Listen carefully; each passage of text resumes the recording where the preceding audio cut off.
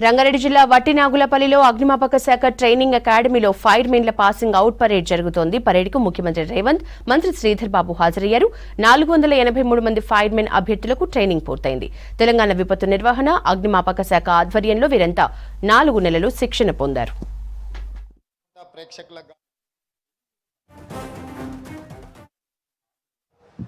గుండెల నిండా సంతోషం కలుగుంటుందని చెప్పి నేను భావిస్తున్నాను.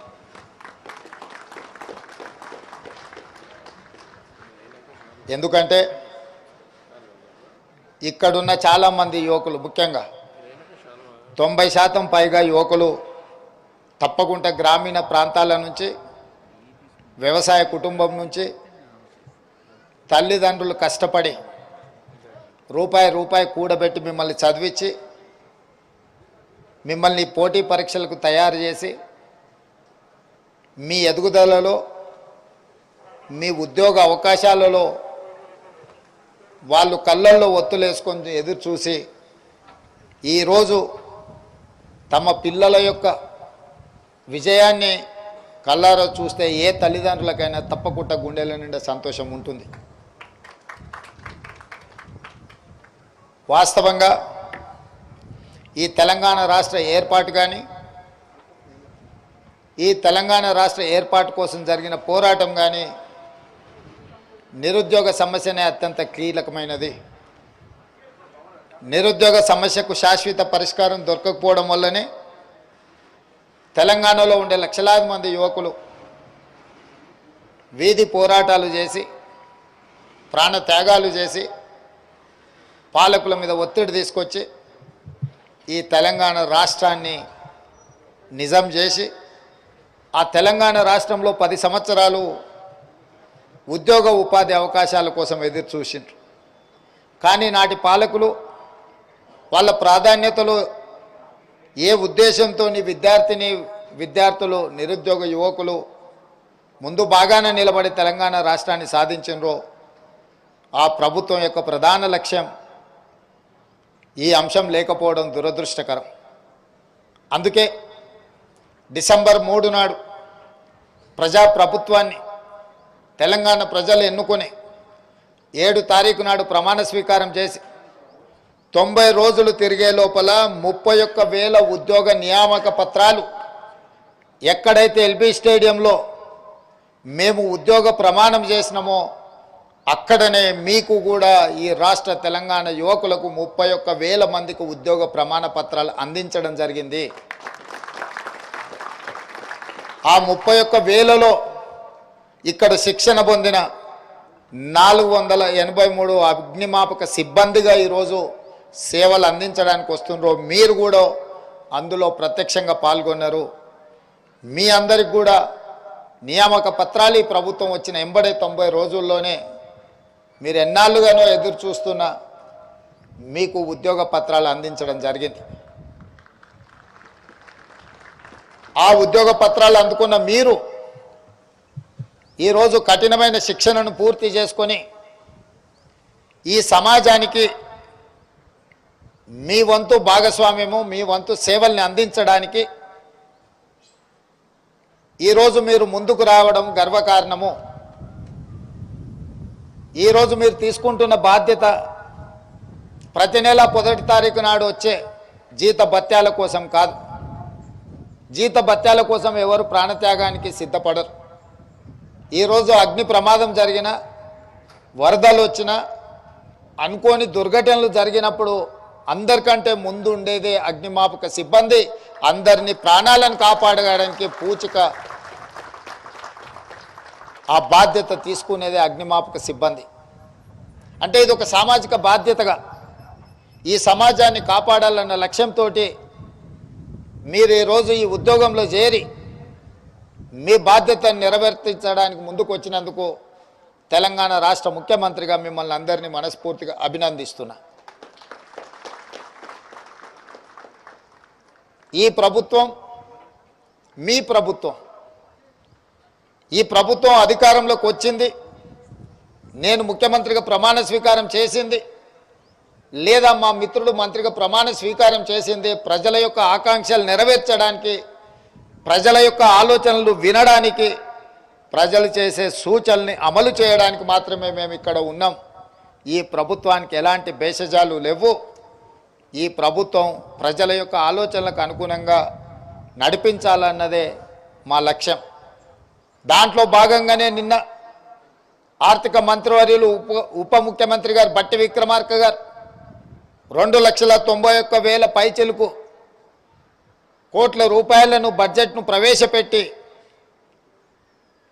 విద్యకు వ్యవసాయానికి అత్యంత ప్రాధాన్యత ఇచ్చి ఈ రాష్ట్రంలో నిరుద్యోగ యువకులకు పేద కుటుంబ సభ్యులకు నాణ్యమైన విద్యను అందించడమే కాకుండా ఈ రాష్ట్రంలో ఉండే వ్యవసాయం చేసుకునే రైతులకు పూర్తిగా సహాయం అందించాలన్న లక్ష్యంతో నిన్న ప్రవేశపెట్టిన బడ్జెట్లో నిధుల కేటాయింపు జరిగింది.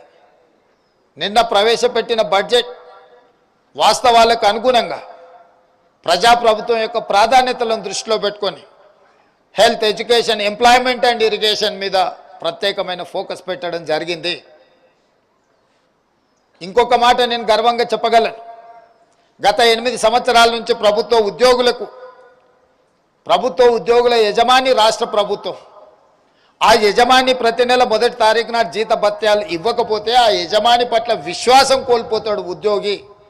ఏ విధంగా అయితే ప్రైవేట్లో వ్యక్తుల దగ్గర ఉద్యోగాలు చేసుకునే కుటుంబాలు యజమాని 1వ తారీఖు నాడు జీతం ఇవ్వకపోతే, జీతం ఎప్పుడొస్తుందో తెలియకపోతే ఆ కుటుంబం యొక్క ప్రణాళికలు వేసుకోవడానికి కష్టమవుతుంది. కానీ 8 సంవత్సరాల ఆనాటి పార్టీ ప్రభుత్వం ఎప్పుడు జీతభత్యాలు ఇస్తారో తెలియని గందరగోళ పరిస్థితి సృష్టిస్తే అధికారం చేపట్టిన వెంబడే ఉప ముఖ్యమంత్రి గారు ఆర్థిక నిబద్ధత పాటించి ప్రభుత్వ ఉద్యోగులకు 1వ తారీఖు నాడు జీతభత్యాలు ఇచ్చే విధంగా 1వ తారీఖు నాడు ఖచ్చితంగా మీ ఖాతాలో మీ జీతం పడే విధంగా ఈ ప్రభుత్వం పట్ల మీకు సంపూర్ణమైన విశ్వాసం కల్పించడానికి ప్రయత్నం చేసిండు. ఈ ప్రభుత్వం కోసం సేవలు అందించి రిటైర్ అయిన ఉద్యోగులకు పెన్షన్ మీదనే ఆధారపడి ఈరోజు జీవితం గడుపుతున్న వాళ్లకు పెన్షన్ ఎప్పుడు వస్తుందో కూడా తెలియకపోవడం అనేది నిజంగా వాళ్లకు చాలా ఇబ్బందికరం.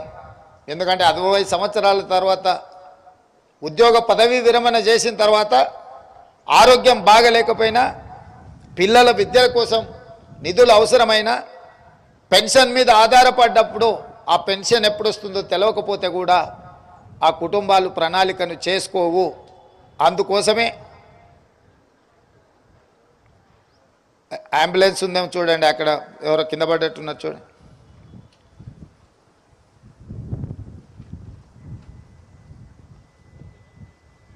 అందుకే ఈరోజు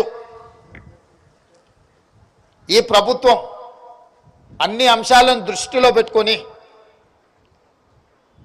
మీకు ఉద్యోగ భద్రత కల్పించడమే కాకుండా మీరు చేసిన శ్రమకు 1వ తారీఖు నాడు మీ జీతభత్యాలు చెల్లించడానికి ఒక స్పష్టమైన నిర్ణయంతో ముందుకు వస్తుంది. 30,000 ఉద్యోగాలు 90 రోజుల్లో నియామక పత్రాలు ఇవ్వడమే కాదు, ఇంకొక 90 రోజుల్లో ఇంకొక 30,000 ఉద్యోగాలకి ఇవాళ నోటిఫికేషన్లు ఇచ్చినాం. డిఎస్సి నోటిఫికేషన్ ద్వారా 11,000 టీచర్ పోస్టులను భర్తీ చేయాలని, గ్రూప్ 1, గ్రూప్ 2, గ్రూప్ 3లో కూడా ప్రభుత్వ ఉద్యోగ నియామక పత్రాలు ఇవ్వాలని, వివిధ శాఖలలో వచ్చిన ఖాళీలను దాదాపుగా ఇంకొక 30,000 పైచిలకు ఉద్యోగ నియామకాల కోసం పోటీ పరీక్షల్ని ఈ ప్రభుత్వం నిర్వహిస్తున్నది. అంటే ఈ ప్రభుత్వం అధికారంలోకి వచ్చి సంవత్సరం తిరగకముందే 60,000 పైచిలకు ప్రభుత్వ ఉద్యోగ నియామకాలు అందించడం ద్వారా మా చిత్తశుద్ధిని నిరూపించుకొని నిరుద్యోగ యువకులకు ఈ ప్రభుత్వం పట్ల నమ్మకం, విశ్వాసం కల్పించి రాష్ట్ర ప్రభుత్వంలో ఏర్పడే ప్రతి ఖాళీని జాబ్ క్యాలెండర్ ద్వారా మీకు ఉద్యోగాలు అందించాలన్నదే మా ప్రభుత్వం యొక్క లక్ష్యం. ఇవాళ మా ప్రభుత్వం తీసుకుంటున్న కార్యక్రమాలు కొంతమందిని విద్యార్థులు అక్కడక్కడ పరీక్షలు వాయిదా వేయమని కొన్నిసార్లు మాట్లాడుతున్నారు. మీరు ఏదున్నా నిరసన తెలపాల్సిన అవసరం లేదు, ఆందోళన చేయాల్సిన అవసరం అంతకంటే లేదు. మంత్రులు ఎప్పుడు అందుబాటులో ఉంటారు. మంత్రులను కలవండి, విజ్ఞప్తి చేయండి. ఉన్నతాధికారులను కలవండి, విజ్ఞప్తి చేయండి. తప్పకుండా మీరేమైనా సహేతుకమైన సమస్యను ఈ ప్రభుత్వం దృష్టికి తీసుకొస్తే ఆ సమస్యని పరిష్కరించడానికి మీ అన్నగా రేవంత్ అన్నగా ఎప్పుడు మీ పట్ల నిబద్ధతతో పనిచేస్తా అని చెప్పి నేను ఈ సందర్భంగా తెలియజేస్తున్నాను. చివరిగా నాది ఒకటే మాట, ఈరోజు ప్రభుత్వ ఉద్యోగులుగా మీరు చేపట్టబోతున్న బాధ్యత మీ తల్లిదండ్రులను మీ అక్కా చెల్లెలను మంచిగా చూసుకోండి. మీరందరు గ్రామీణ ప్రాంతాలలో నుంచి ఉమ్మడి కుటుంబంలో నుంచి వచ్చిన వాళ్ళని నేను నమ్ముతున్నాను. ఈ కాలంలో యువకులకు ఉద్యోగాలు రాగానే గ్రామాలలో ఉన్న తల్లిదండ్రుల పట్ల చూపించాల్సినంత బాధ్యత చూపిస్తున్నట్టుగా కనిపించడం లేదు. అక్కడక్కడ గ్రామాలకు వెళ్ళినప్పుడు తల్లిదండ్రులు ఫిర్యాదు చేస్తున్నారు, సార్ మా పిల్లవాడు మమ్మల్ని సరిగ్గా చూసుకోవడం లేదు అని. అందుకే దయచేసి ఈరోజు బాధ్యత చేపడుతున్న మా యువమిత్రులకు నా సూచన, కన్న తల్లిదండ్రులు తోడబుట్టిన అక్క చెల్లెళ్ళు మనతో పాటు వాళ్ళ గౌరవం పెరిగే విధంగా వాళ్ళని ఆదుకునే విధంగా మన ఆలోచన ఉండాలి. ఆ విధంగా మీరు అందరూ ఉంటారని ఆశిస్తూ మరొక్కసారి మీకు శుభాకాంక్షలు తెలియజేస్తూ సెలవు తీసుకుంటున్న మిత్రులారా.